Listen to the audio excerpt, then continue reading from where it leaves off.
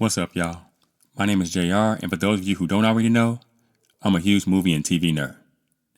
If you're new here, I appreciate you taking the time to check out my channel. I hope you'll consider sticking around and joining the film community I'm trying to build here on YouTube.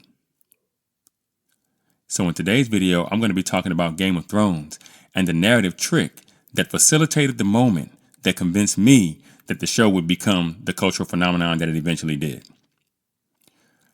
And just so you guys know, this video will contain spoilers, so if for some reason you haven't gotten around to watching this show yet, if you haven't, I don't know where you've been, and you don't want to know anything that happens in it, you might want to exit this video now. And with that being said, no more wasting time. Let's get into it.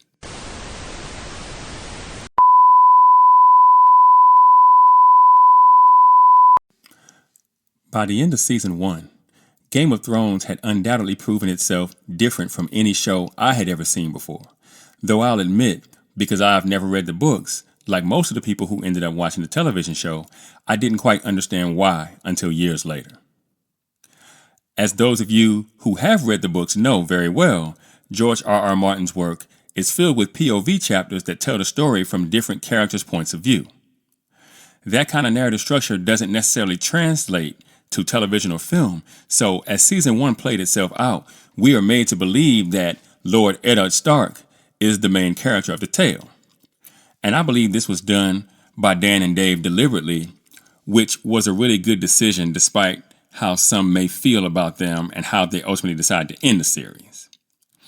So, as Ned Stark figures out that Joffrey Baratheon is the bastard son of Cersei and Jaime Lannister and not the legitimate son of his best friend and the current king of Westeros, Robert Baratheon, he ultimately attempts to stop Joffrey from succeeding him after the king dies. Now, when he does this, he is branded a traitor and arrested for treason, and this is where the show became must-see appointment viewing, in my opinion. If you thought Ned Stark was the main character, as you watch him walk to the executioner's block, you're waiting for the last-second reprieve. Whatever the writers would come up with in order to save Ned Stark's life at the very last second. But when Sir Ilyn Payne successfully cuts off Ned Stark's head at Joffrey's behest, you're left with the feeling of, what the fuck just happened? And that's the moment where you realize that in this show, anybody can get it. And that's the thing that made you watch intently as main character after main character got that work year in and year out, season in and season out, until you finally got to season 7, and that's when we were finally told that Jon Snow isn't the bastard son of Ned Stark, but that he's actually the legitimate son of Lyanna Stark and Rhaegar Targaryen, which makes him the rightful king of the Andals and the First Men, Lord of the Seven Kingdoms, but protector of the realm, all that jazz. Now, Game of Thrones, despite how you might feel about how the show ended, which I myself hated, was and probably still is the most culturally relevant television show of our lifetimes. And I happen to think that for about 6 seasons, it had a real chance to be the greatest story ever told, in my opinion. In fact, I still watch the show from start to finish every year. But I agree with those who feel like it fell terribly short in its last 2 seasons. Kind of like a valedictorian who does nothing but skip class the last semester of high school and then barely graduates as a result, right?